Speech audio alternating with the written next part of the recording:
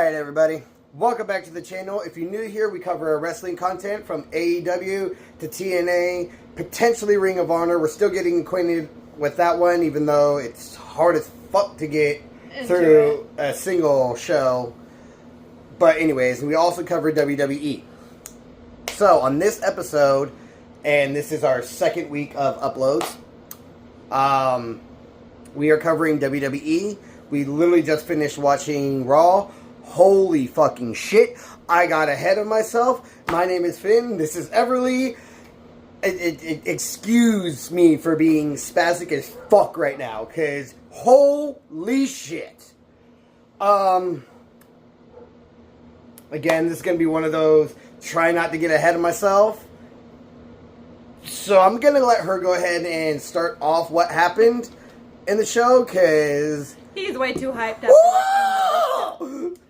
So, in other words, the match, so the show started with Jey Uso coming out from the crowd. Eat Master. To go against Grayson Waller with Austin Theory, which is, at this point, tiresome to see. It really fucking is. I hate them. Jey Uso wins, of course, and Austin Theory attacked Jey after the match. Jey was able to get the upper hand between Austin and Grayson. Then Gunther comes out and does what he does best, put Jey in a submission hold and knocked his ass out again. Ass to sleep. Then we had Dick Face, Logan Paul, come out to beat AJ Styles to the punch for calling him out. Yes. Because last week AJ said that he was going to call... Oh my god, my toe hurts. He was going to call Logan Paul out. And Logan Paul come out. Beat him to the punch, started talking to people in the crowd, went to comedian Andrew Schultz. Andrew Schultz. It doesn't have a T in it. It's Andrew Schultz. Schultz. Sorry, bro. But you're funny as fuck. Sorry. So, he drags Andrew over the barricade, goes to beat him up in the ring. AJ comes out for the save. Then we had the shit day, as I'm calling them now, versus the LWO, even though it's the New Day. Yes, I know, but fuck them at this point. The character, not them as a person. I think they get it at this point. Yes. We're not going to harp on that shit anymore. Yes. You guys understand, we talk shit about the characters, not the actual people themselves. Yes. Except for Logan Paul. But it was... I'll still fight you, Logan. The shit day versus the LWO in a tornado DDT, tornado tag match. What am I saying? See, even you're too hyped. Unfortunately, the shit day won due to mystery masked luchador interference. Which we thought was Chad Gable. But apparently it's not.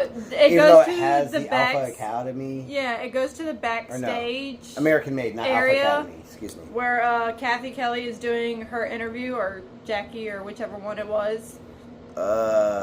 Interviewing Chad Gable, and you just see security dragging the luchador out, and Chad's like, "See, I told you it wasn't me." Yeah. But once we get past that, it's the Cody Rhodes promo, because John Cena will be there next week on Monday Night Raw. Yeah. For their European tour. Couldn't show up to, like, Madison Square Garden, but... No, he's shooting a movie right now. I don't give a fuck about his movies. Like, when they put him in the Fast and Furious franchise, I was like, are you fucking shitting me? God damn it. I mean... It is what it is. He's doing his little thing now since he's getting ready to retire. I mean, go ahead. Get your bag, make your money. He's retiring from in-ring competition because he's up in age. His body can't handle it anymore. So he can't hack it? So he's having that... You're saying he's weak? No, I'm saying he's having that fall back. You're saying he's a pussy-ass bitch? No, that's what you're saying, apparently. I didn't say that. You said that. No. I'm saying he's retiring because he's too old to continue, and would rather have his fallback being active. Ric Flair didn't retire until he was like, what, 117? He's not that fucking old. That man old as shit. Yes, but he's not that damn old. Sting didn't retire until he was like 90. I I'm done with you. Go away. Anywho. Don't kick me off.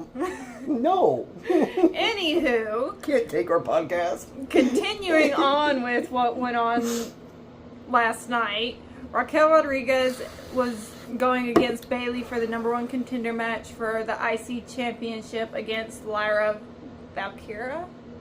Valkyria? Yeah. Valkyria? Raquel. Valkyria is Stephanie. No. Valkyria is Lyra. Valkyr is Stephanie.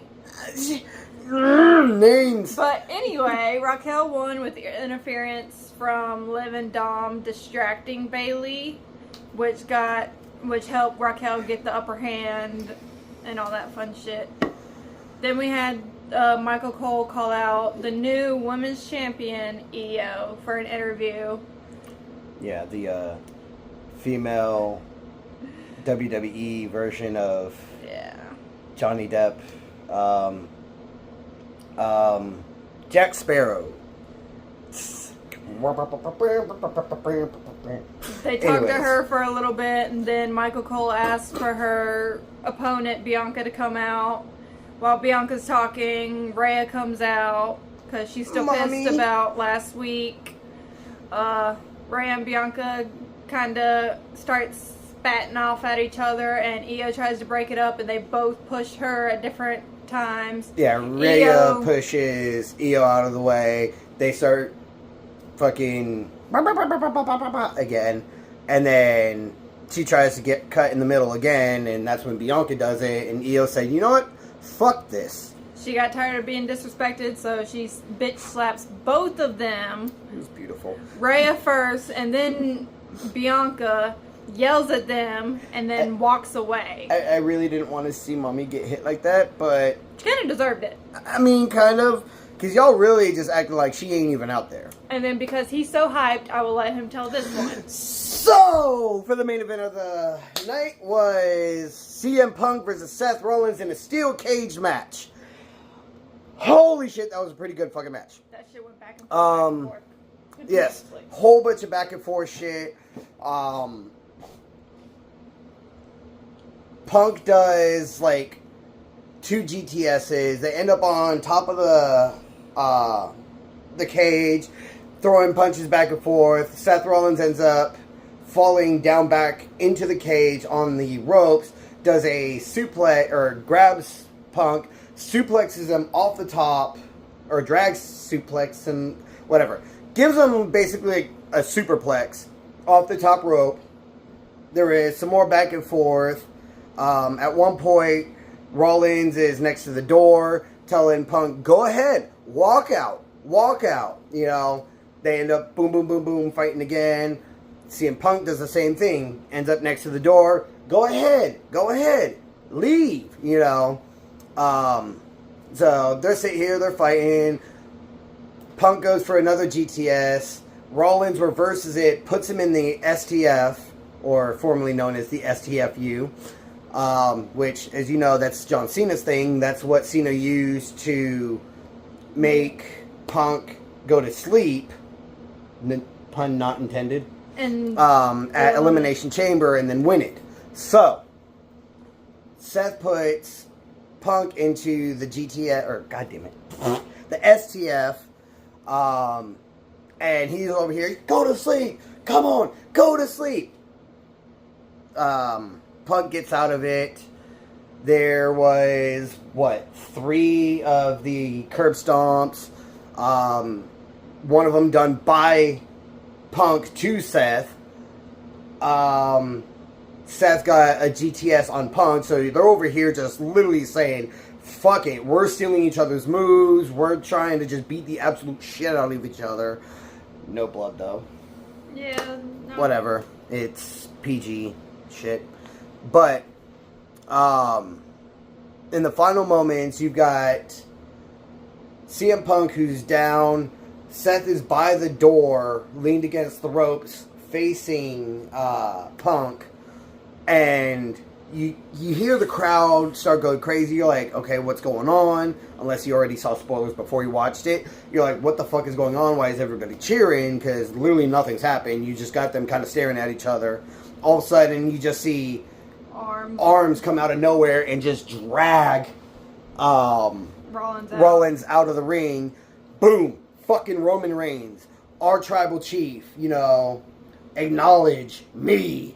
We haven't seen him since Royal Rumble. Exactly, where Seth is basically the reason why Roman got taken out. So he's coming after Rollins. He beats him down. Ooh, hits him with a spear, throws him over the steps, which that part, I kind of was a little concerned because if you pay attention, Rollins' knee hits the corner of the steps, which trips up his stability, and he pretty much headbutted the corner of the barricade. Ow! Well, Rollins won the match. Yes, technically Rollins won it because Rollins got pulled out of the ring during the match. Yep. So, his feet touched the ground, he was the winner, but nobody really gave a fuck. Because at this point, you got your tribal chief out here beating the shit out of Rollins.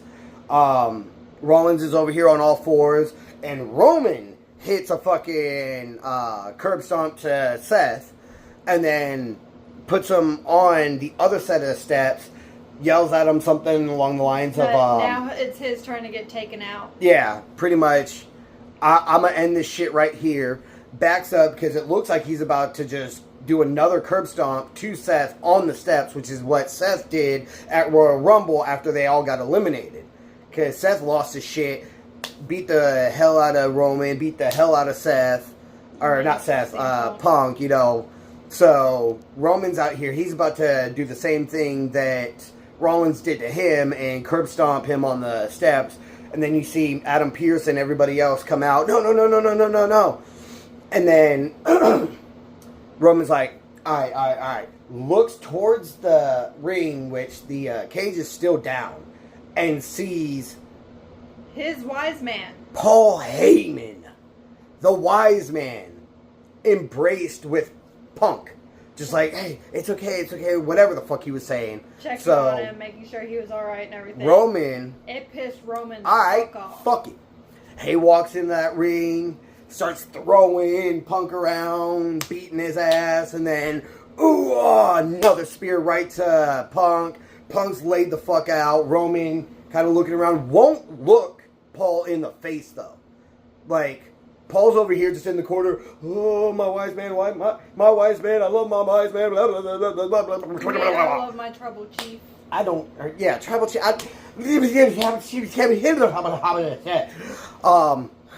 See, he's extremely hyped for this match, so he's fucking up a little bit. Absolutely. Anyways, so he's looking around. Won't look Paul in the face, though. Paul's cowering. Punk is laid out. Seth is laid out. He just looks around, throws the one in the air, and cut to black. Oh. Did we really just get through that in less than 15 minutes? Mm-hmm. Okay, anyways. So that basically was all of Monday Night Raw for this week. But yeah, that whole shit was crazy. I'm going to run it back a little bit. Obviously, with the Jey Uso, Grayson Waller, that's just kind of pushing some momentum for Jey. Same with the match for next week, because I'm pretty sure Jay's going to win against Austin, and Gunther's going to come out next week as well. The Logan Paul and AJ, that's just building up a rivalry between them two. Shit Day and LWO. I'm hoping that's kind of putting a coffin... Actually, it's not going to put a coffin in it. You mean a nail in the coffin? Putting a coffin in the nail, yeah. That. I'm so tired of the LWO and Shit Day crap, but that brought Chad Gable back into the mix of everything. The Cody Rhodes and promo was building up for their match, his and Cena's match. Raquel giving her a slight push. Do I expect her to actually win the title? Fuck no, because she's a tag team champ right now. They're not going to give it to her.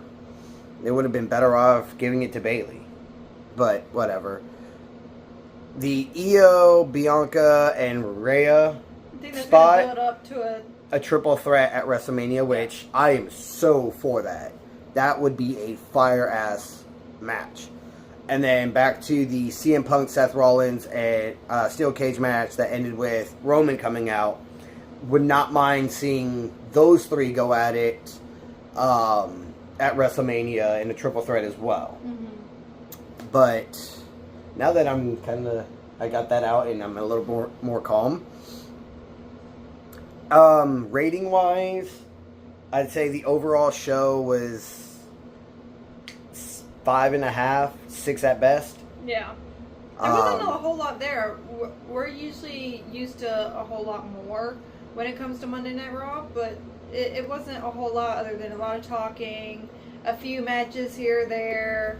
Right. It wasn't all as hyped as it normally Which, is. honestly, WWE has been really gravitating towards the showmanship and the storylines versus number of matches. So they will literally take matches away just to put more promo spots and more talking and this and that. I mean, I get that, but when you're a wrestling show, you should have the wrestling. They need to find that perfect balance of wrestling matches and storyline. Like, I get it. They WWE is about the storylines. Yeah. But in the base nature of it, you are still a wrestling promotion. So you should have a good mix of it. I love the storytelling. Don't get me wrong. But a lot of the time we come there to watch the wrestling, like, we're not just there for the promos and the talking. We want to see the action. That part. But I get it. Whatever. It's what they feel is best for business. If y'all don't already know, they're going to be on their European tour next week. So they're doing their Monday Night Raw at 3 in the afternoon for some places. Technically, all the shows are actually going to air at 3, but the US won't get NXT or SmackDown until like the normal airing time. Yeah. So us in the US, we won't be watching it live unless it's Raw, because Raw will actually still air it live at 3 p.m. So for the next few weeks while they do their European tour, Raw is actually going to air on Netflix at 3 p.m. instead of the normal 8 p.m. Excuse me. So just a heads up for y'all if y'all haven't heard the word about that. That way y'all can watch it and y'all are aware.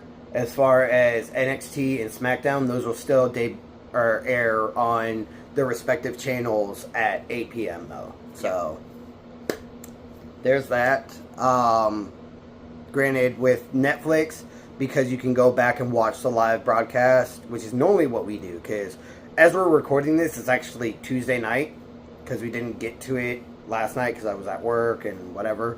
So when we're done with this, we're actually going to watch NXT, which is their pay-per-view, Roadblock, and then we'll go ahead and record our recap of Roadblock as soon as we're done with that. Which I think it would be a good idea to do our predictions before we watch it. Yes. We'll actually take a second. We'll get those matches.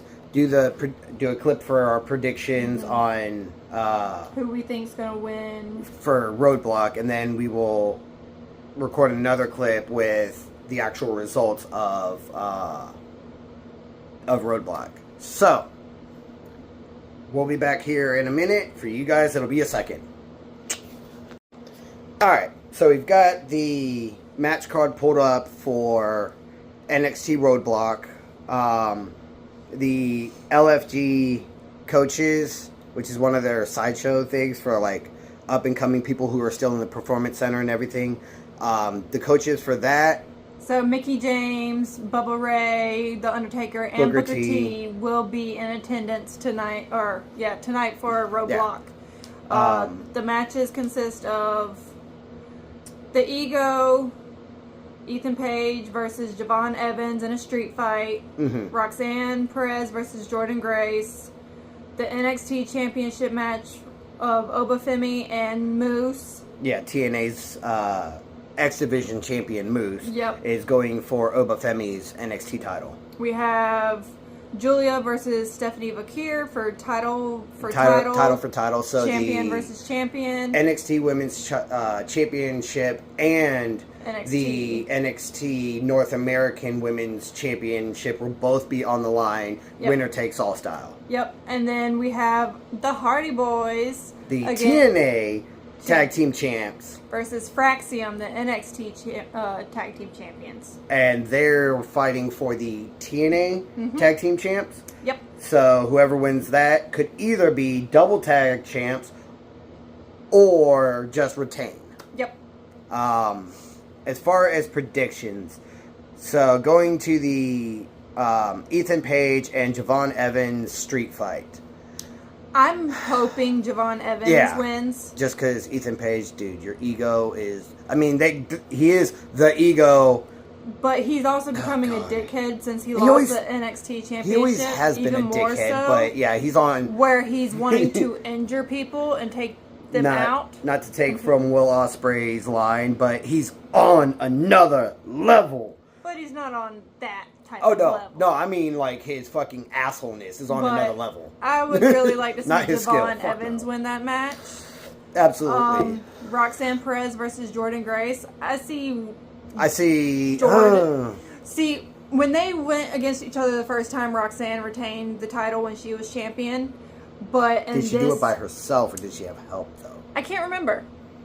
But in this instance, I would like to see Jordan Grace win because she just signed with NXT. I don't know. I think if it'd be a they're big gonna- win for her. Yeah. Being a former NXT Women's Champion, yeah, I think it would look good for her. It would. It would help boost her NXT career. Now, when it comes to Obafemi and Moose, Oh, I'm Femi all the way. I like my boy Moose, but he's more of a TNA guy. I don't see them dropping the belt from Obafemi right now. No, he just got it. I don't see them. I'm not just because that's who I'm pulling for, but it makes more sense for Obafemi to retain. But that match, I think, is going to go very well. Yeah, definitely feel like it's going to be a good match. Now, for the title between Stephanie and Julia, that one can go either way, honestly. Yeah, that one's hard to predict. They're both phenomenal in-ring athletes. And you can't sit here and go, oh, well, this person's had it longer. They literally won their titles on the same night. So... Yeah. It's... I think. Yes, they did. Okay. They... It could go either way, and either way, I'd be happy. I also don't quite understand that match, though, because they just brought the North American Women's Championship into existence. And they're already about to join it with the NXT Women's Championship. It's more of... It's title for title, so whoever wins will have both titles. They're not I know they're not combining them. it, but... It's going to just push that person up higher to claim the top dog position. I They're get trying that. to prove which one of them To me, is better. In a sense. Say I was writing the storylines. It doesn't make sense to couple them together when the women's North American title is so new. I would have left them separate and not saying that they're conjoining them, but I would have left them on separate champions. Yeah. Instead of the same person, because now it kind of feels like the North American Women's Championship is piggybacking off of the NXT Women's Championship. Right you know? now, the way they're doing it is they're trying to see out of those two Who's the better one? Yeah, and I who's get the that. better in-ring. Which it could have just been a champion versus champion match with neither title on the line to figure out who is the top female star. But they wanted to raise the stakes just an inch more. I just feel like it's a rushed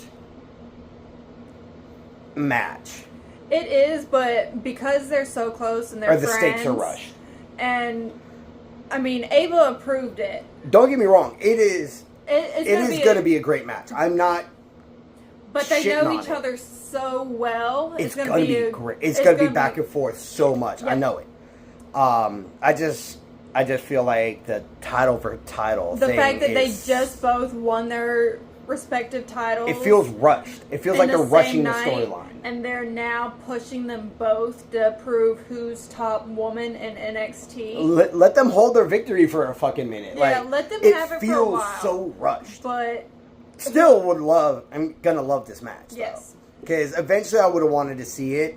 I just would have put it a little further down the line. maybe at what is their pay-per-view that is in line with WrestleMania?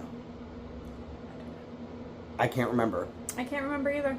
Because normally they have, because they've only been talking about Roadblock right now. right? They haven't talked about any other pay-per-views right now for NXT. I would have pushed it at like the next NXT pay-per-view though. Not literally Not- right after they had won Exactly. their respective titles. Because it's been what, a month, give or take a week. Yeah. So, but regardless, it's going to be a great match, anyways. So the last match on the card is the TNA Tag Team Championship match with your boys, the Hardys,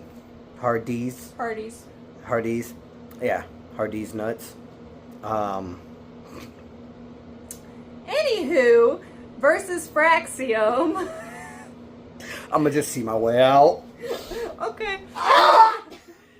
Now, don't get me wrong, I love both of these teams, and the Hardys have been around forever and have Those been my our boys. boys. And this is going to be a phenomenal match. Oh, yeah, Between the in-ring ability of Fraxium and the fact that the Hardys are still going strong in the ages of 40 and shit. Having so many obstacles to go through with Jeff having his past issues, Matt doing his thing, having issues of his own. This is going to be a phenomenal match. I also want to speak on the fact that despite not having the same time together as the Hardys have, Axiom works really well together. Frazier and Axiom literally feel like they've been tag team just as long as the Hardys have. They're such a cohesive unit that like I said, it feels like they've been together forever. Like, so, even if they have their moments where they're not on the same page, Right. they seem to still work so well Exactly. together. Even if there's that miscommunication, they jump right back into what they need to get done. that's why they've held these titles as long as they have, because they've had plenty of mishaps. Don't get me wrong, A but little bit of as the weeks go on, those mishaps are happening less and less, and Yep. even when they do happen, they manage to just, all right, my bad, let's get back on it, and boom, they're right back in sync again. Yep. You know, so I feel like this could be a pretty good pay-per-view, and I feel weird calling it a pay-per-view considering it's not on a weekend. right. But So it's not considered a paper. I don't think they're considering it a pay per view since it's on the NXT day. has always done their pay-per-views like that, unless it was the pay-per-view that was the same weekend as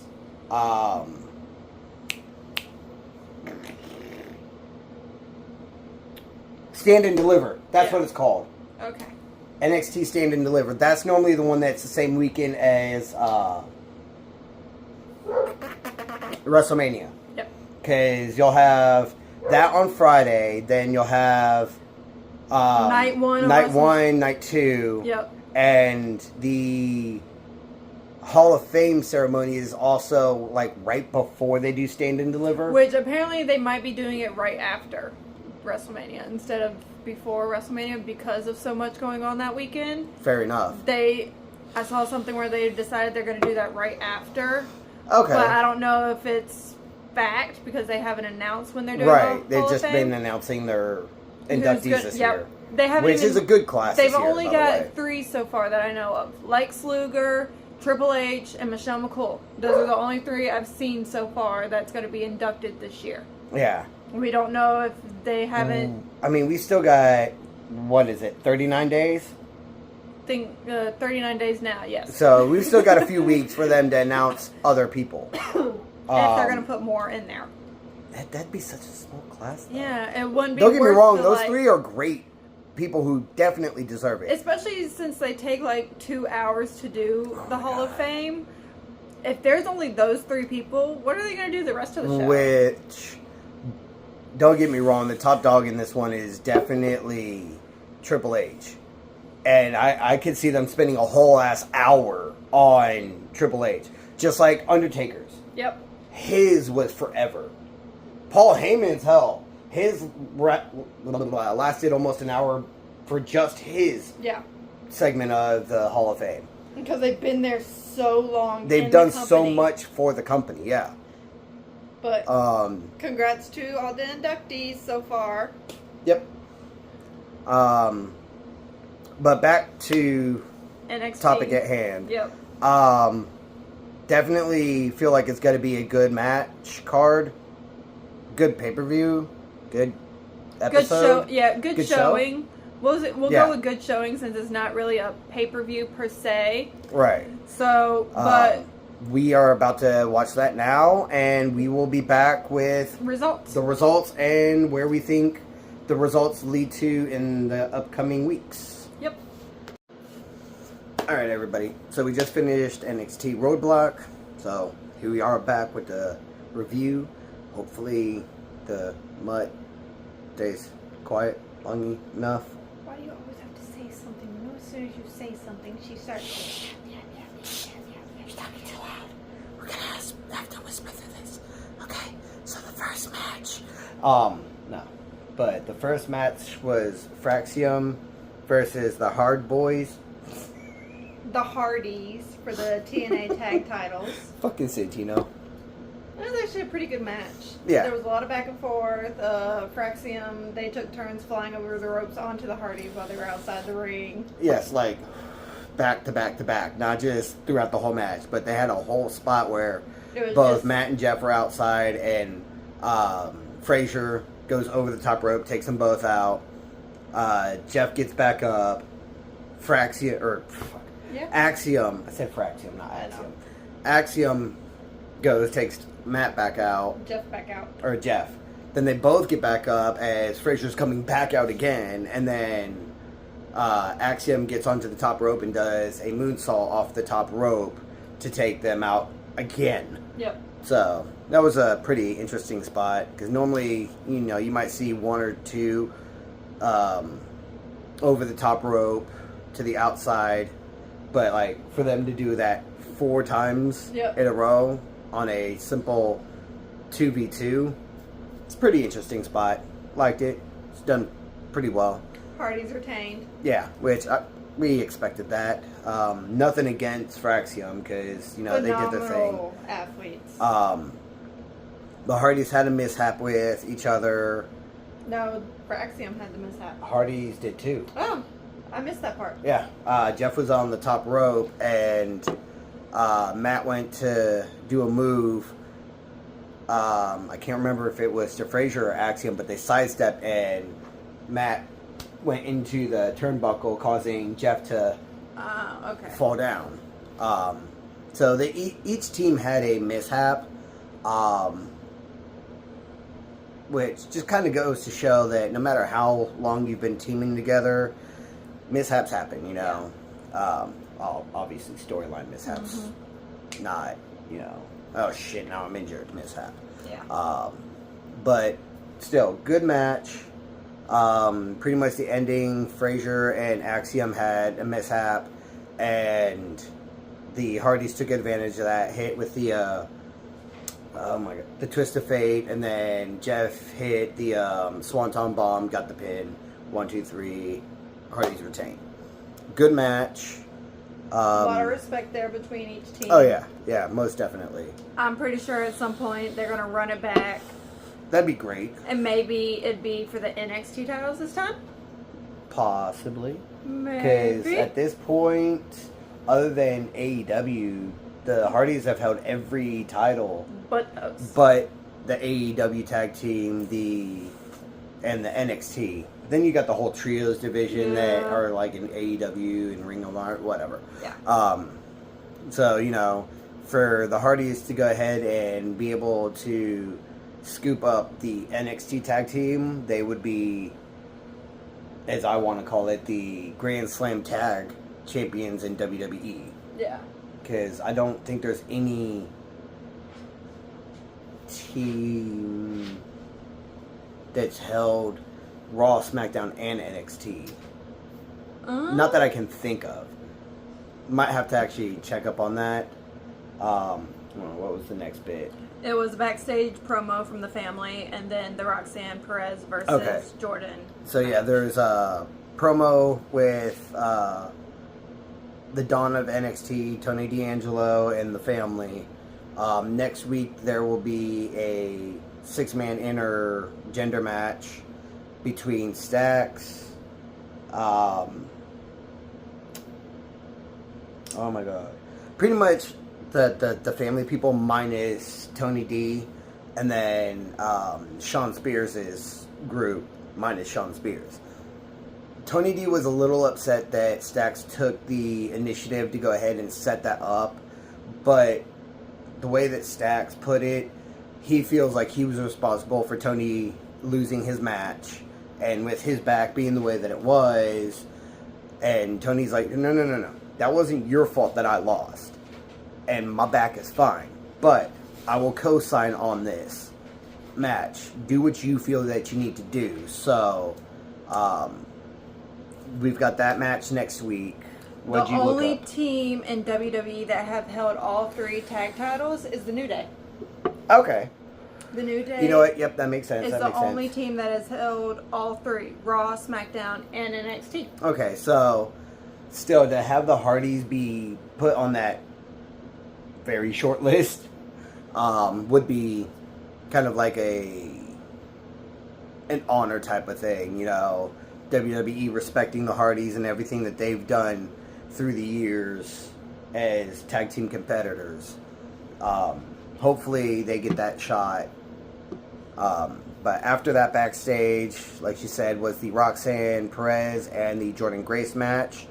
Roxanne did a pretty good lead in that because she kept taking out Jordan Grace's legs because that's where most of her ability comes from.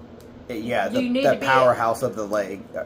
Jordan Grace's leg strength. That's what I was trying to say. She needs to be able to have her leg strength to do all the powerhouse moves that she does. And if you take those out, it's more difficult for her to be able to do that. But surprisingly, she was able to stand the pain from Roxanne doing so much damage to both of her legs that Jordan won. Yeah. But yeah, Jordan wins it. Pretty decent match. I'm not going to call it the match of the night. Roxanne was not happy. Obviously she's not going to be happy if she loses. Like, nobody's going to be happy that they lose, but she was really pissed off. Because she did have the upper hand most of that match. Mm-hmm. But, hey, we've seen it before where fucking somebody can pretty much be dominating the whole match, and then in one quick moment, that whole thing is flipped and the other person gets the win. And that's kind of how this one went. Yeah. Up next was Obafemi versus Moose for the NXT Championship match, and I'll let you take that one. So this one, there was a few good moments in this match. Some of the ones that I noted was Moose does superplex off the top rope, lands on the mat, kind of does a flip, gets back scoops him right back up. Yeah. To go for a second, but Oba reverses into one of his own.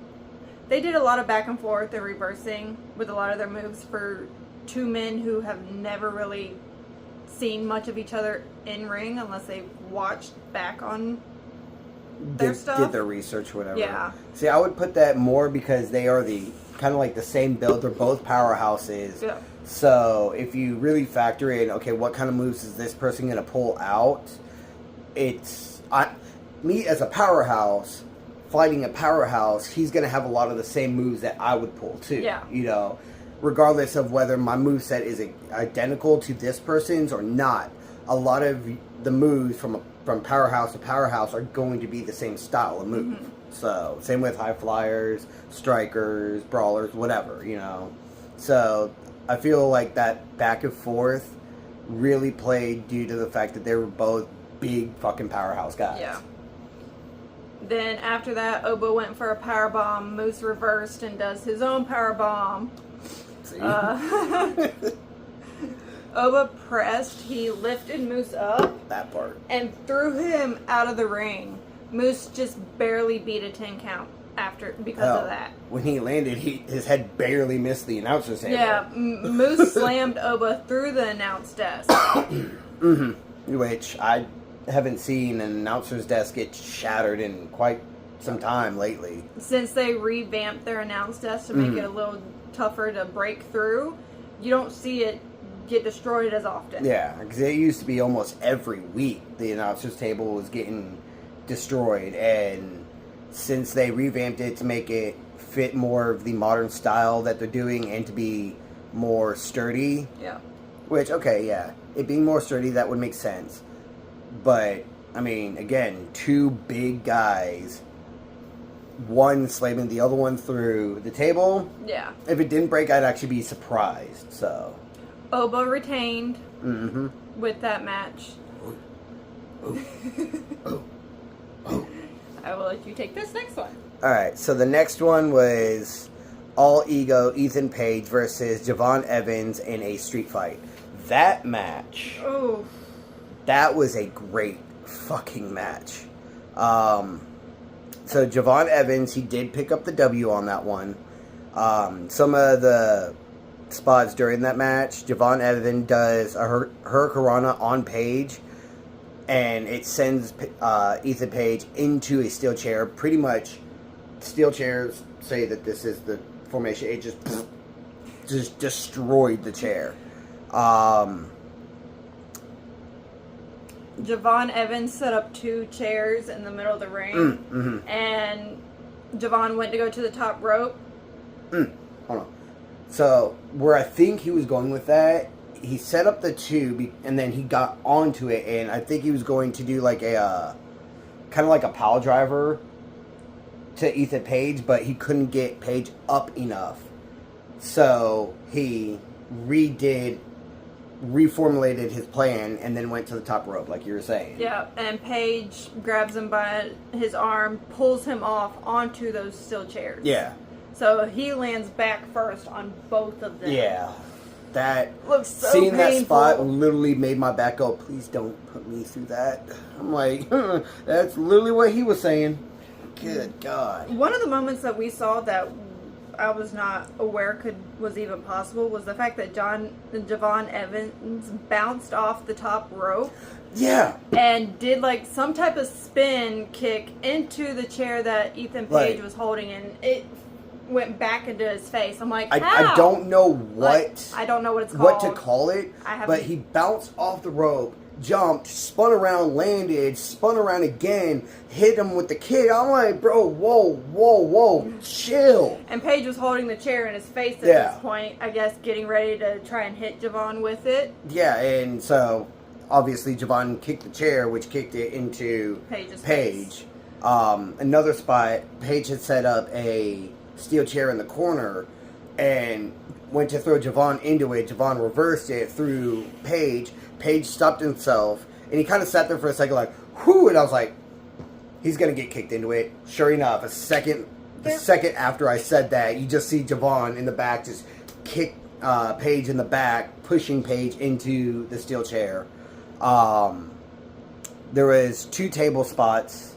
I didn't really recall what happened on the first one. All I know is Javon got put through the first table, which was set up in the corner of the ring, and then another table was set up laying across the edge of the ring and the announcer's table, and Ethan Page was sitting on the edge of the ring on the outside of the ropes, and Javon just runs and pretty much in RKO fashion just hit him with a cutter through the table. Pretty good fucking match, honestly. A lot of the, not just because of the steel chairs and the tables, but the athletic ability of both of them, and especially the high-flying ability of Javon Evans. Personally, Yeah. I'm fucking 5'6", so I'm on the shorter side. I love the luchador and the high flyer style. Yeah. In fact, anytime I play in the wrestling game, majority of the time my character's moveset is a cross between a striker and a high flyer. So I love that high flying luchador aspect. I respect all the different styles, but that one just gravitates towards me as a shorter guy. Because fuck am I gonna do trying to stand up to a 6 foot tall person and like duke it out fist for fist? Nah, I'm gonna put you in the corner and I'm gonna do some high flying type shit if my body didn't hurt every day just getting out of fucking bed. But on that note, we continue. Javon goes back into the ring after he's put Paige through the table and flies into Paige, and they both go over the announce table. Mm-hmm. And that once they get back into the ring, Javon wants that revenge. So he goes to from when Ethan Page put his head in the chair and broke his jaw. So he put Paige in the chair and goes for the stomp, but Paige gets out of the chair and throws it at Javon. But I'm sorry. All I heard was the tone. I was telling her after that move happened that I can't help but laugh anytime somebody just throws the chair at somebody, because literally all you hear is boom. Taco Bell? Think outside the bell. That's where my fucking retarded brain goes. And Javon kind of missed the chair, so once the chair's laying on the mat, Javon does a springboard cutter onto Paige while the chair is wrapped around his neck. Yes. Oh my god. That made my neck hurt. Yep. And he ended up getting the 1, 2, 3 after that. Yes. So he got won. He got his revenge. Mm-hmm. But then after his match, his little, I guess, his celebration got cut short by the mystery faction. They were all out in the arena, in the audience. The lights went out, spotlights come on in 4 different areas where all 4 of those guys were. Then you got like this whole strobe light effect going, and they rushed the ring. The first one went to get Javon, but Javon sidestepped it, so the dude ended up kicking Ethan Page, who was kind of laid out in the corner, kicked him. Ethan Page rolls out of the ring, and then all 4 of them just take out Javon. Yeah. Then they did this dope ass fucking powerbomb. We don't even know what. I don't know what to call it right now. But at first, I thought they were going to do like the Shields triple powerbomb. Yep. So 2 of them lifted Javon Evans up, threw him at the other 2. The other 2 caught him and just powerbombed him down to the ground. Yep. Dope ass fucking presentation, move, spot, whatever you want to call it. It was dope as shit. Sorry, Javon, that your W celebration got cut short and you got the holy hell just beat out of you, but that was dope as fuck. Yeah.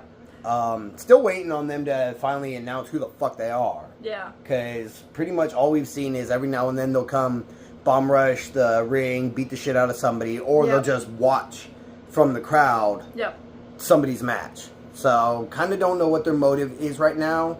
I can't really say, oh, this is what I think is going to happen in the future, because they've done so little with them right now. We don't know where their story is headed yet.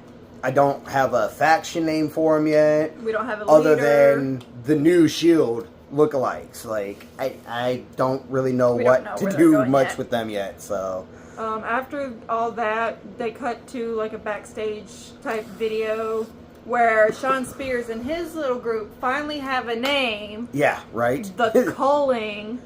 They did a promo ahead of their match next week with the D'Angelo family. Sense. The culling kind of makes sense because, like, to cull is kind of like to purify. Yeah. So Sean Spears' whole thing is to purify NXT, and he's wanting them to destroy their hearts, I guess. Yeah, because he took the gold away, so now he wants the other 3 next week in that 6-man intergender match to essentially destroy their spirits and destroy their heart, destroy the family, you know. Because, again, which- Tony D wasn't too thrilled that a Yeah. match was made and he wasn't a part of that decision. The signs of the family kind of at each other is starting to show. There's Animosity. cracks. Yeah. There's cracks in the family right now, and Sean Spears, or the Culling, is Taking going to try advantage. and take advantage of it. Yeah. Yes. We had Eddie Thorpe being interviewed in the audience. I hate him. He's so And annoying. while God, he's annoying. talking, the crowd just starts to go wild. I'm and like, oh, where is he at? Trick appears and attacks Eddie, throws him over the barricade, and brings him into the ring to continue to beat his ass. Eddie Thorpe gets away, security comes out, and then we have the final match of the night, which was fantastic. Julia, Stephanie, y'all did an amazing job. I really wasn't sure who they were going to put, and because they were both good women superstars, I didn't really have a preference on who I wanted to win. I like them both. Like, I couldn't really say, you know what, I want Stephanie over Julia or Julia over Stephanie, because Both their I like in-ring them both ability on that is same level. fantastic. They're Exactly. best friends. They know each other inside and out, so they had And to it pull showed. some stops on how to finish out the match and fully win because they knew each other that well. It didn't matter what they did, somebody countered. But at the end of it, Stephanie won. Congrats, my girl. New NXT Women's Champion. Side note, she is the first Latina to hold both of them at one time now. she is also, because as I was taking a break after we Watched. I'm flipping through Facebook, and she's actually only the fourth person to actually hold two titles in NXT at the same time. You had Braun Breaker, who had the NXT Championship and the NXT UK Championship. Okay. You had Keith Lee, who had the United States and the or North American, excuse me, the North American and NXT. You had, oh gosh, who else was it? I can't remember. There was two other, or That would have been. there was one other person who had the NXT Championship and the North American Championship, but I cannot remember who the fuck it was. But point is, she's the fourth person in NXT to actually hold two championships at the same time. But the first Latina to hold exactly. both at So one time. again, not only congratulations for getting the NXT Championship, but for both of those accomplishments as well. Congratulations to you. Did your thing. Keep it up. I also feel like maybe next week we'll have Jada Parker putting her shot, because there was a point where you see Jada Parker, she's trying to figure out what the hell she's going to go do next, and then Mickie James comes out and Tells her, instead of waiting to get your waiting shot. for your shot to be presented to you, go take your shot. And that's the type of person Jada is. Oh, yeah. She takes her shot. She doesn't just wait around. She's proven that she is... She's great. She's badass. At first, I wasn't too keen on her because she just kind of seemed like another one of those flash in the pan superstars that she'd be there and be gone. All talk and... All talk, no but action. she has proven yeah. that she is more than just her mouth. Yeah. She can back up what she speaks. Not to be a guy, but... yes, we know she got the ass. She got She the ain't- booty. She but think the in the point- right places. The point is, she ain't all just look. Yeah. She actually got that in-ring ability, and that's She can back that was it an up. issue back in the day with the female wrestlers. They were all look. They had no fucking in-ring ability, and she does not follow that mold. She breaks the mold by looking good and doing moves and making those moves look good while she looks good in the ring doing the move. Okay, anyways. Fuck, got myself dizzy a little bit. Point is, I see next week she might call her shot for one of those two titles. Whether it's going to be the United States Championship, North American Women's Championship, or the NXT Championship. Personally, despite what we just said about how she got that ability, I think they should put her for the North American Championship first. Just kind of work her way up. But, and that's not personal on her. I feel that's how everybody should go. They should go through the ranks, you know. You got your tag team division, you got your mid-card division, you got your your world champion division. Like, I feel like you should hit that mid-card before you hit the top rank, you know. But if they if they want her to go for the NXT championship, I still feel, regardless of which championship she decides to go for, if that's where they're going to spin the storyline, that's going to be a good match. Stephanie versus Parker. Hey, Miss Parker. I think either one, or whichever championship, that'll be a good match between the two of them. Yep. So that's something that I'm kind of looking forward to and hoping that the storyline goes that way. Overall, as far as a rating goes, I'd give it like a 7 or an 8. Yeah. It was Get good. out of my head. That's where my brain went. It was pretty definitely good. It was definitely a good showing. Oh yeah. Um, NXT always knows how to bring it when Oh, it yeah. comes to their shows. Mm-hmm. Sometimes they kind of fall short, and I only say they fall short just because of what I've come to expect from them. Yeah. And don't get me wrong, because I've said it before, it's nothing like the Black and Gold brand. The OG, oh, that was a whole different level. Yeah. But the Black and Silver brand, they're doing their thing. Yeah, absolutely. Like, if I have to rate the 3 different types of NXT that there was, Black and Gold is on top, followed pretty closely by the Black and Silver, and then that 2.0 is just, no, that's like way the fuck down there. Like, that's so far down there, you know, we done buried that shit and we try and forget about it. Yep. But, good showing all around. Match of the night. I'd say the Javon Evans and Ethan Page. Okay. Followed by the,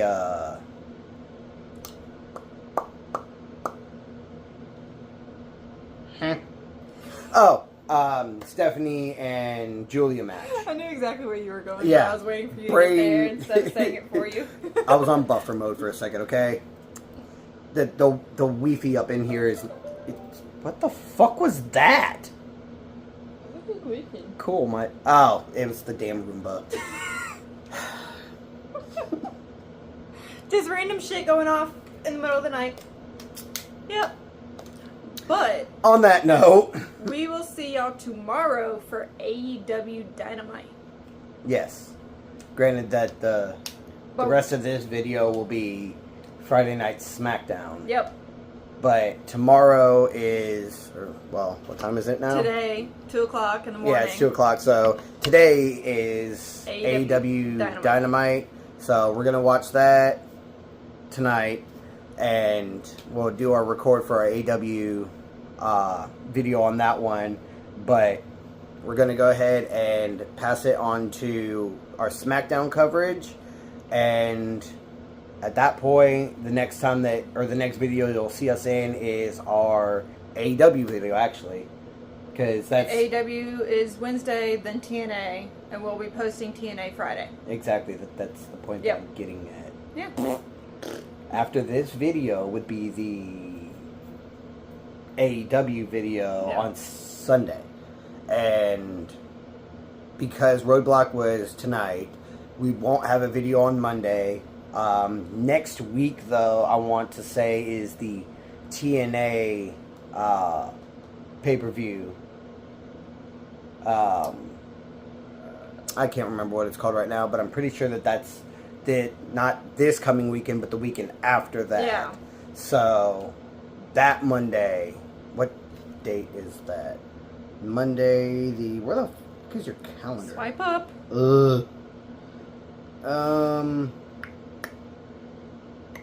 Monday the 24th, there should be a video for GNA's pay-per-view as well. Alongside our normal Friday, Saturday, and Sunday uploads. Yep. So again, head on over to our SmackDown portion of this video. Hi guys, so now for our coverage of Friday Night SmackDown, March 14th. Yeah. Just to put it out there, we are running off of like 2 hours of sleep-ish, if even that. For the last few days. So if we blunder the fuck out of this portion, sorry, but life happens. well, not just that, but enjoy the comedy. Sleep deprived. Yeah. Yeah. So to start off the show, the new U.S. champ, L.A. Knight, Yeah. came out, was talking for a little bit. Jimmy Uso came out asking for a title shot because his chances at WrestleMania are getting further and further and further away. Solo, Jacob, and Tama Tonga come out. Solo starts talking about Jacob deserves the title shot, yada yada yada.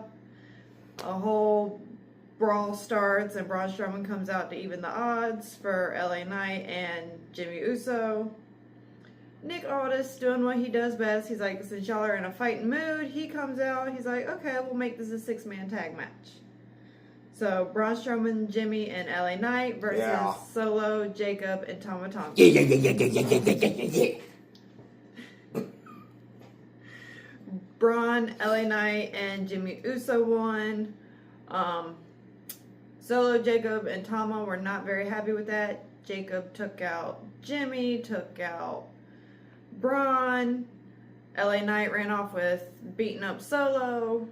So, yeah, Jacob a beast. And now we have a match for next week to run back the Braun versus Jacob. When did they do the backstage promo with Jacob? Was that later in the show? Yeah, that was later in the show. Then we'll get to that part. Yeah. When we get to that part. I think I forgot to put that on there. Okay. I don't remember exactly when, but later in the night, you see Solo, Tama Tonga, and Jacob backstage, kind of just like, yeah, you know, we tried to do our thing, didn't really work out right. Solo telling Jacob, you go, or no, it was Tama Tonga looking at Jacob, hey, yo, run the play. And Jacob doing what he do with his beast-ass promo, talking directly to Braun, pretty much, saying we gonna run this shit back. yeah, we gonna run this shit back, you know, you and me, Braun, you know what I mean? Like, low-key, I hate the fact that they waited so long to let Jacob actually cut promos, because his shit's so intense. And then, not only did Jacob do what he usually does, even Solo and Tama fought to end that promo. Yeah, that shit was actually fire as fuck, honestly. I like the fact that Jacob kind of leading the pack on these three. Yeah. Instead of Solo. Yeah, Solo kind of dwindled down since he lost the Ula Fala. Yeah. Little bitch boy. But ramen noodle so head ass. now it's not Jacob saying I love you, it's Solo saying I love you. I love you, Jacob. Nah, mean. So after that, we had Kathy Kelly interviewing Jade. She asked her how she knew it was Naomi.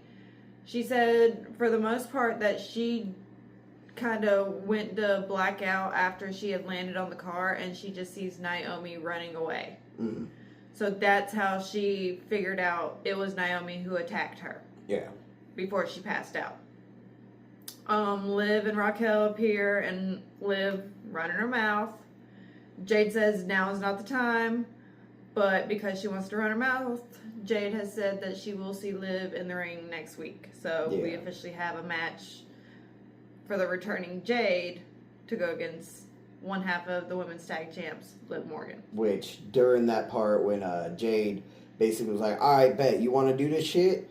We can go ahead and run a match next week. Raquel looked like she was actually concerned. Like, she kind of looked at Liv like, bitch, shut the fuck up. Like, that bitch gonna beat your ass. After that, whole segment.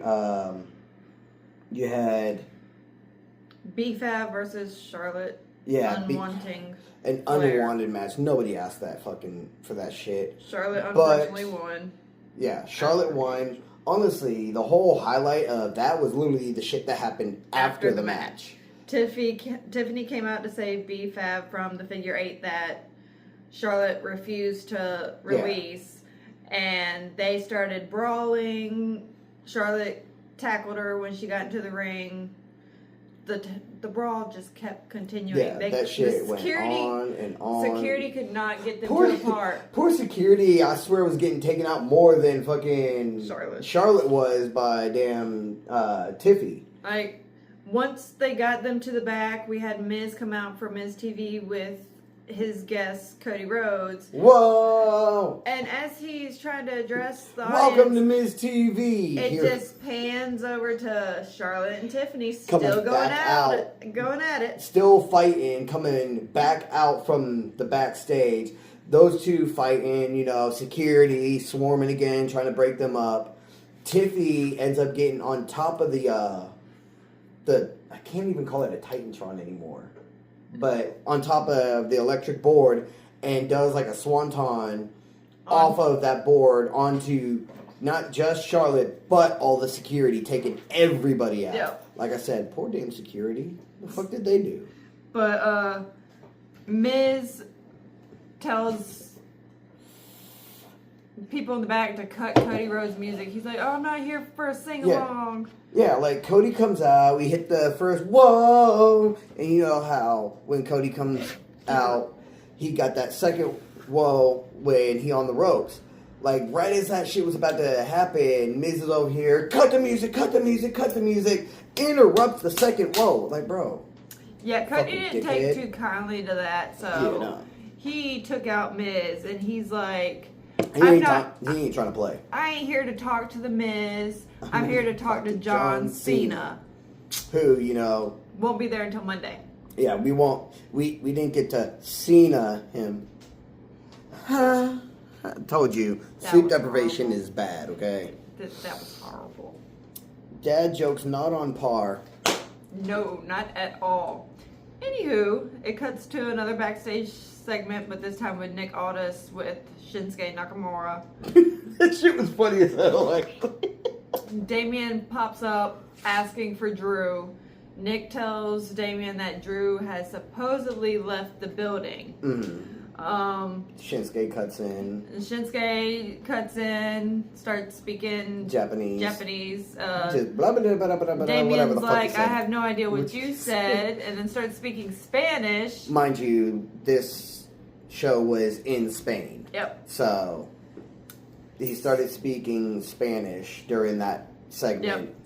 And Nick's like, I don't know what either You said one it. of you I don't know said, what you said, but since y'all wanna fight? since y'all want to fight, let's make this a match. That shit So- was funny. Nick just over here looking confused as fuck. I don't know what the hell you talking about. I don't know what the hell you talking about. But fuck it, y'all gonna fight each other. Yep, because Damien was looking for a fight, so it was Damien When is he versus not looking for a fight Shinsuke. though? Drew pops out from somewhere in the crowd to distract Damien.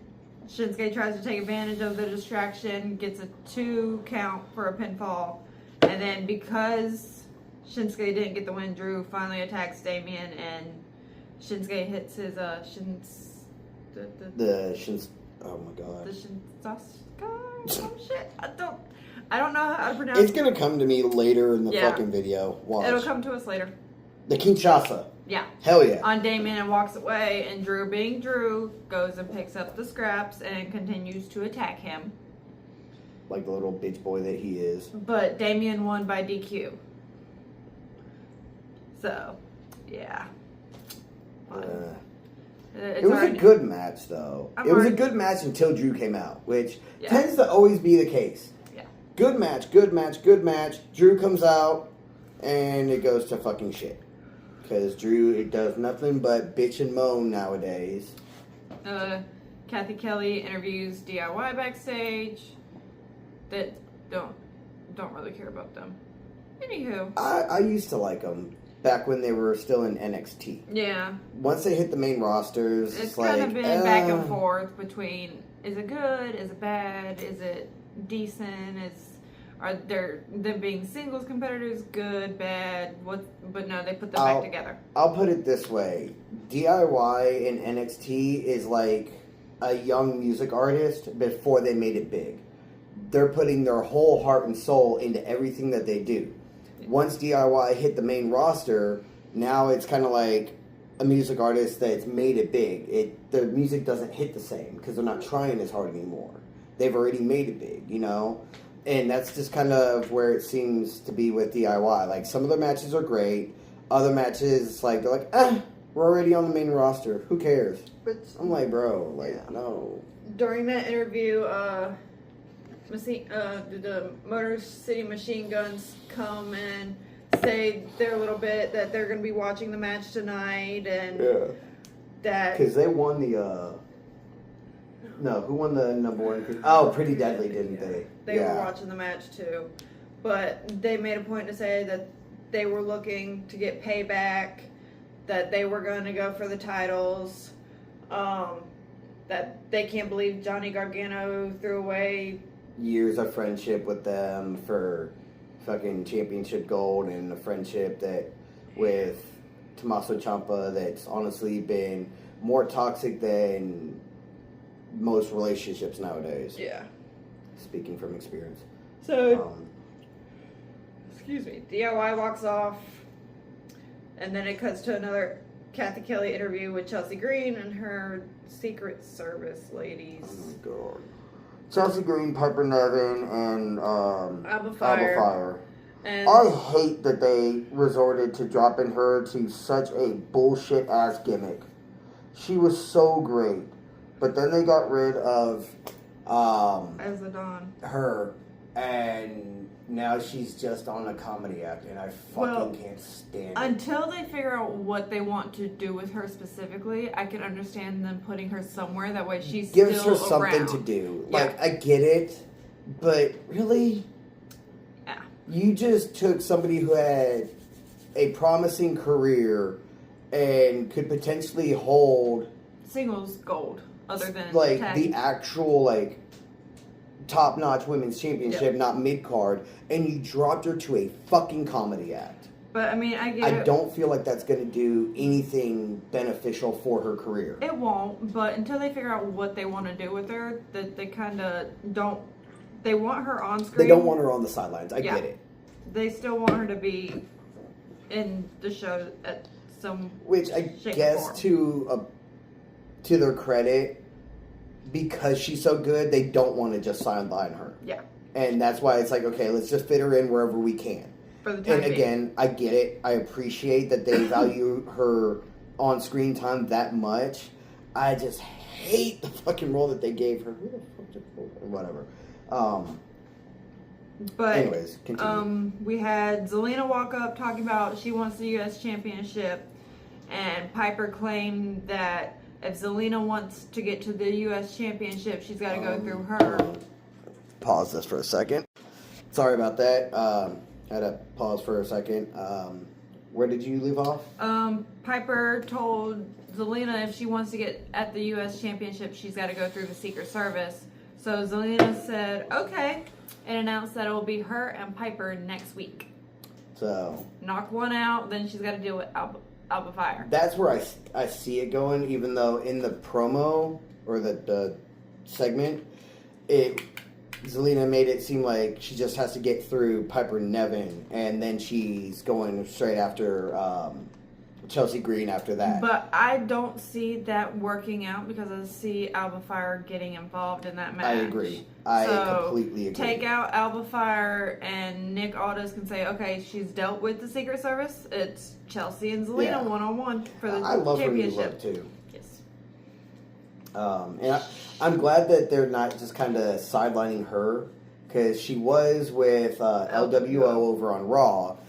During the transfer window, she got moved over to SmackDown, and they're actually putting her in a pretty decent storyline, I guess. Yep.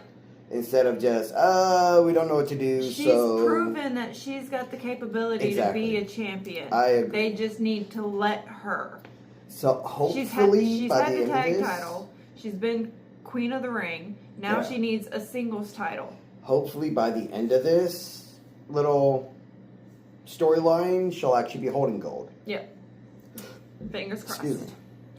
Monster burp. Then we had Randy Orton and Carmelo Hayes, which it was a really good match. Randy won. He started hearing the voices in his head. He was gonna go for the punt kick, but lo and behold, Kevin Owens pulls Carmelo out, and Randy goes on the attack of Kevin Owens. Kevin escapes through the crowd because he's a bitch boy. Mm-hmm. That'll be a match at WrestleMania. We know it, definitely. Well, I mean, when Randy returned at Elimination Chamber, he was already calling that he wants Owens at WrestleMania. Yep. They just kind of have to build it up a little bit. Yeah. I do want to point out, because international crowd over there in Spain, the international crowds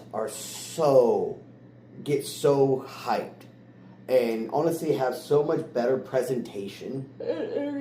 Not on a physical standpoint, but the reactions, in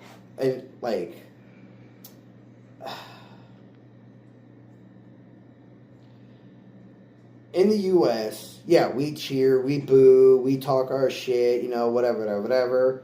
But the international crowd's just on a higher fucking level than we are here.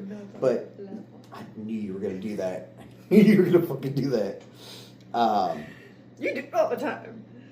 I do not do on another level all the time. Mm-hmm. But honestly, I think it's because, we in the U.S., we get 90% of the shows.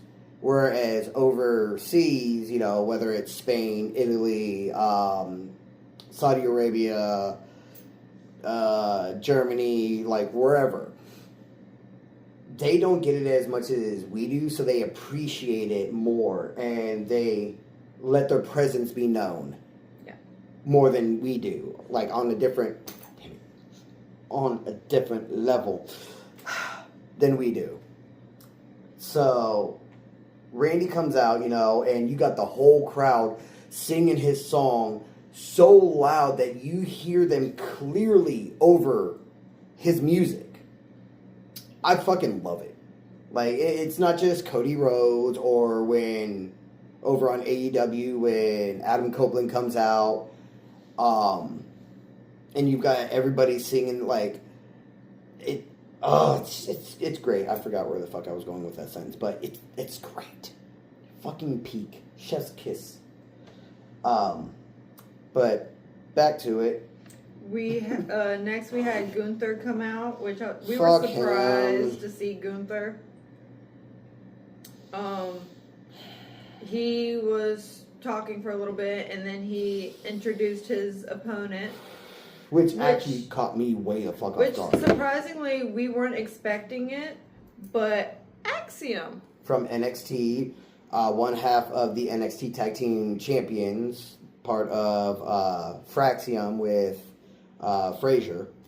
I can't think of brain buffering. Let's go.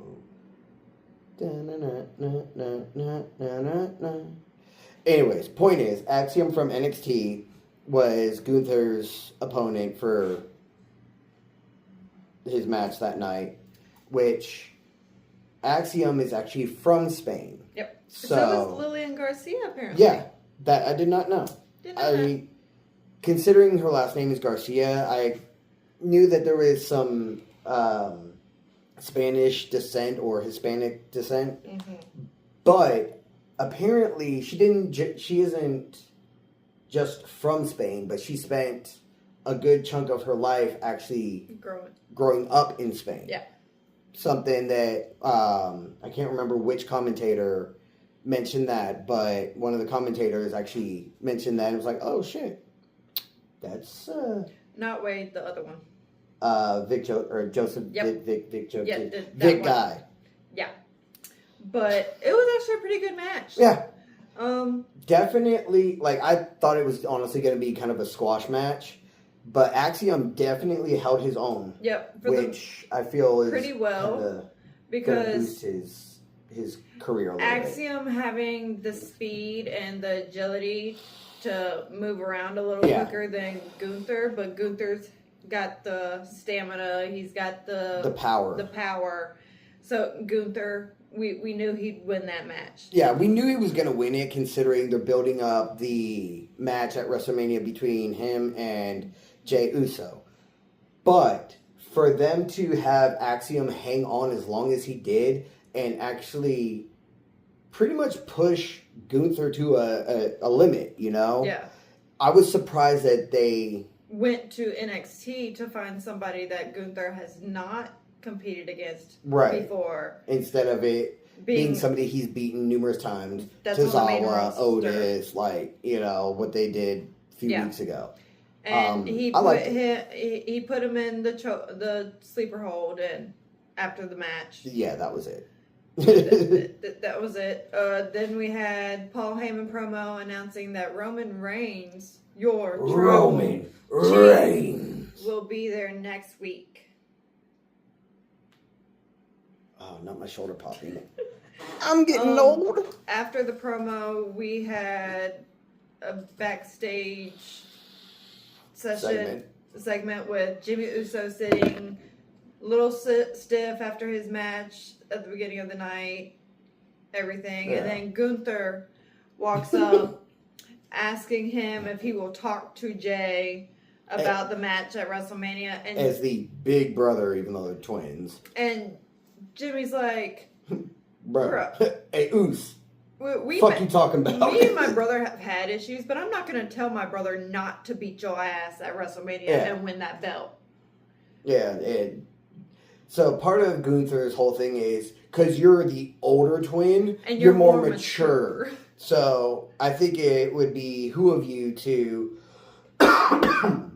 excuse me, dying over here. I think it'd be who of you to talk to your brother and get him to back out of this match. And talk some And sense yeah, into him, preferably. Jimmy was just like, "Hey, Oos, nah. Bro gonna go to WrestleMania, beat your ass, and walk out with that title." The main event, Yeet! and he's like, I take back what I said. about you being the mature Uso. Yeah. Bro, get the fuck out of here. And then for the main event, we had the Street Profits versus DIY for the tag titles. It was a decent match. He was so tired that he fell asleep. Yeah, I straight passed the fuck out. But during Not that gonna lie. match, they went back and forth a good bit, and the Street Profits won the tag titles. So it'll be Pretty Deadly versus the Street Profits. I'd say low-key about time, but they've held it before. But they haven't held it since... It's been a minute since they've had it. It's been a And couple... considering how many times they got screwed out of a championship, or the Yeah. tag team championship match, for them to finally go ahead and have the match, not just have the match, but come out with the dub and the gold. Yep. I do have to say this, though. With the new attitude of the Street Profits almost coming across like heel, for them to still come out with the same intro, And it's... Dawkins, we saw what you did there Friday, going up and high-fiving a fan. If you want a heel bro. level, you ain't You gonna can't be do doing that, bro. You ain't supposed to be doing that. You can't be doing that. Like, You're supposed to be a dickhead and an asshole, and outfit-wise, they're giving off heel. Promo-wise, they're giving off heel. Everything's given off heel except for when they came out. It was still like the same old babyface Street Profits. yeah. You know, and I'm like, wait, so are y'all heel? Are y'all babyface? Like, what's going on here? Yeah. If you're heel, don't be high-fiving the fans. And it was only Dawkins that Yeah. high-fived. Like, his Montez, he came out looking Ready. serious, ready to beat some ass. Like, what's up? Whoop-de-whoop, let's get this shit, you know? And fucking Dawkins just out here, yeah, you know, high five, Stern, you know, whatever. I'm like, bro, like, it's like only one of y'all is heel while the other is a babyface, which we've seen tag teams like that before. But you've also said that Dawkins ain't got the promo skills that Ford's got either. Well, and At least Hold not on. right now. let me elaborate on that a little bit. As baby faces, Dawkins got it too. As heel, he's still giving off too much of that baby face vibe. Yeah. Whereas Ford is out here like, bro, I don't give a fuck what any of y'all say. I'm coming out there, I'm beating your ass, and then I'm going home. Yep. Like, fuck what you gotta say. And Dawkins is still really on that whole, I want to be the baby face, you know? So it's slightly confusing on what the angle with the Street Profits is. Are y'all still transitioning over to heel? Or are y'all heel? Are y'all just more edgy baby face? Like, what's going on with it? Don't get me wrong. I still fucks with y'all. Y'all my boys. But, and honestly, it's probably more creative that I need to be talking to about this. Mm-hmm. But I don't really like that whole, they're on the fence of babyface and heel. Yeah. Either be a babyface or be a heel. That's how the business always ran. That's how it needs to stay. Yeah. Because you need the clear cut, this is who the good guy is, this is who the villain is. Once you start getting into that whole, let me compare it to like comic book. You got the Punisher. He's a hero, but he's like the anti-hero who, I'm going to save the city, but I'm going to kill a motherfucker doing it. Whereas, you know, you got Batman who, he's a dark hero, but he's still got that rule of I'm not going to kill anybody, even though 90% of what he does would definitely kill a motherfucker. Mm-hmm. You got Spider-Man. He's a good guy, like, good guy hero, you know? So, I think I'm starting to run way too far with this whole comic book thing. The point that I'm saying is, when it comes to wrestling storylines, that whole anti-hero shit is, it starts mudding up the waters. Why change something when it wasn't broken? Right. You know, or why fix something when it wasn't broken? That whole clear-cut babyface and heel, it's always worked. Don't try and add extra shit to it. Counter to that, though, I get when you've got a babyface who's getting frustrated and starting to lean more towards that heel and starting to do things that, while they're still considered a babyface, starts doing certain things that heels do in their transition, you know? But with the Street Profits, for example, they've kind of fucked around with this whole, we're on a different angle long enough that they should be heel at this point. So for one of them to be giving off straight heel vibes and the other one to kind of be like, I don't know where I'm going with my character, it does confuse it. But it was what I remember of it before I fell asleep. It was a good match. I'm gonna look at you since you actually watched the whole match. Yeah, it was a decent match. They did a lot of back and forth. There were some really good moves during that match. And I'm glad the Street Profits won because I got tired of the DIY. And now a moment of silence. And everybody interrupt. Anybody and everybody. And then whether they it be the seem crowd, so offended by it. Yeah, whether it be the crowd, the interviewer, another team. Yeah. That shit was getting annoying as fuck. Then, I love you, Gargano, but that whole best tag team in the world what the fuck was the acronym? BTTIW? Yeah. DIY. Bro, that was so weird. Like, I get it because DIY is an acronym in itself. So, BTTIW, DIY. Whoa, bro. You're making my brain bleed. Stop. Overall, though, I'd say the show is a pretty good airing episode, whatever. what would you rate the show overall? In my opinion, say an 8. Okay, fair enough. There's room for improvement with certain aspects. I'm actually going to leave my rating out of it for the simple fact that there is numerous parts throughout the show where the sleep deprivation was really hit me, so I wasn't completely focused on it. Yeah. Understandable. So I don't feel like I'd be able to give a proper rating. Right. But you said an 8, so we'll just go with the show was an 8.